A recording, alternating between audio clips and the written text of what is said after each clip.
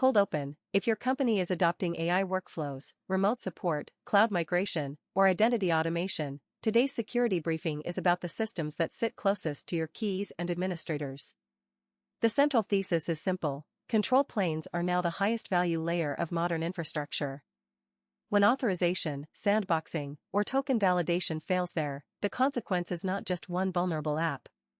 It can be command execution on an AI workflow server, a technician session in a remote support tool, exposed migration images, cloud service account escalation, or trusted identity data that should not be trusted. Today on Daily Tech Hack Global, we are focusing on 6 critical CVEs collected from NBD and vendor-linked advisories: Flowise CV 2026-46442, SimpleHelp CV 2026-48558, Red Hat Migration Planner CV 2026-53470 and CV 2026-53469, STACKIT CV 2026-39910, and SAP NetWeaver CV 2026-44748. The question this video answers is, which systems should defenders patch, audit, and de-risk first, and what pattern connects these very different products? The headline AI security story is Flowise. NBD describes Flowise as a drag-and-drop interface for building customized large language model flows.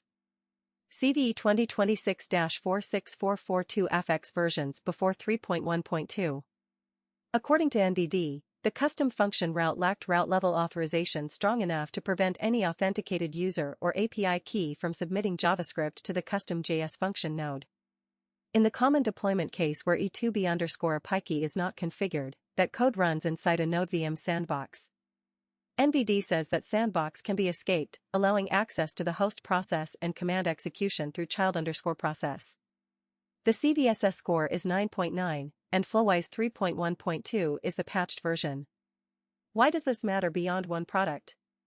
AI workflow servers often connect prompts to real actions, webhooks, databases, model providers, retrieval systems, internal APIs, and sometimes ticketing or deployment automation. That is exactly why defenders should not treat an LLM flow builder as a harmless no-code toy. If a team can create a custom function node, the platform needs controls similar to other code execution environments: narrow roles, reviewed secrets, network segmentation, server-side logging, and rapid patch management. The practical steps are to upgrade Flowise to 3.1.2, rotate or review API keys that can access Flowise, inspect custom function logs, and avoid putting production credentials directly on the workflow host unless there is a strong reason. The second major item is SimpleHelp, tracked as CV 2026-48558. NBD rates this vulnerability at CVSS 10.0. The affected products include SimpleHelp May 5, 15 and earlier, plus 6.0 pre-release versions when OIDC authentication is configured.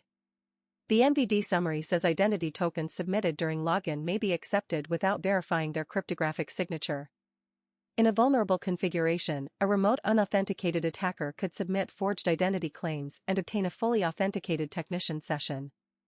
NBD also notes that in some configurations, the issue may bypass multi-factor authentication. Remote support deserves special urgency because it is intentionally trusted. A technician session may be able to reach user devices, support servers, or internal administrative workflows. The defensive move is not to wait for proof of abuse. Apply the SimpleHelp security update, verify OIDC configuration after patching, and review recent technician sessions for unfamiliar identities, unusual access times, strange geographies, or activity that does not match ticket history. If remote support access is connected to privileged groups, consider temporary narrowing while the environment is being validated. Now move to Red Hat Migration Planner. CV 2026-53470 is a CVSS 9.6 access control issue. NBD says an authenticated attacker could exploit an improper access control vulnerability in an image URL endpoint, bypass an ownership check, and obtain pre-signed S3 URLs for open virtual appliance images belonging to other users. Those OVA images may contain sensitive information such as long-lived agent JSON web tokens and source configurations. CV 2026-53469 is separate but related in theme, a CVSS 9.1 authorization flaw where an authenticated user could send a destructive request to a source's route that lacks proper authorization and filtering, risking deletion of customer data including sources, agents, and assessments across the SaaS platform.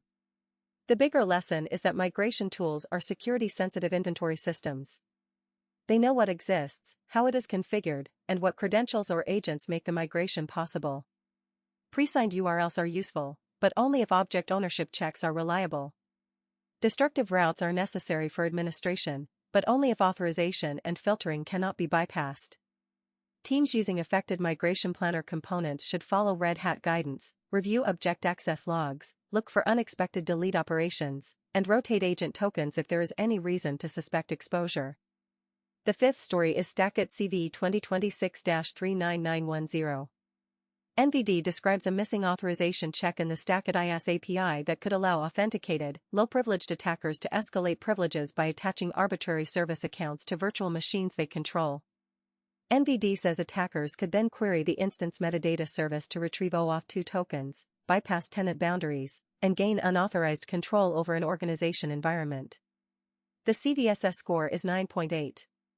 For cloud teams, this is a familiar but important reminder: service account attachment is a privilege grant. It should be monitored like role assignment, not treated as routine metadata. Defenders should review advisory guidance, inspect recent service account attachment events, check whether low-privileged identities had routes to attach high-privileged accounts, and rotate credentials if suspicious attachment or metadata access is discovered. More broadly, cloud controls should alert when a virtual machine suddenly receives a more powerful identity, when metadata tokens are used in unusual ways, or when an account crosses tenant or project boundaries. The final item is SAP NetWeaver CVE 2026-44748. NVD says SAP NetWeaver Application Server ABAP and ABAP platform allow an authenticated attacker with normal privileges to obtain a valid signed message and send modified signed XML documents to the verifier.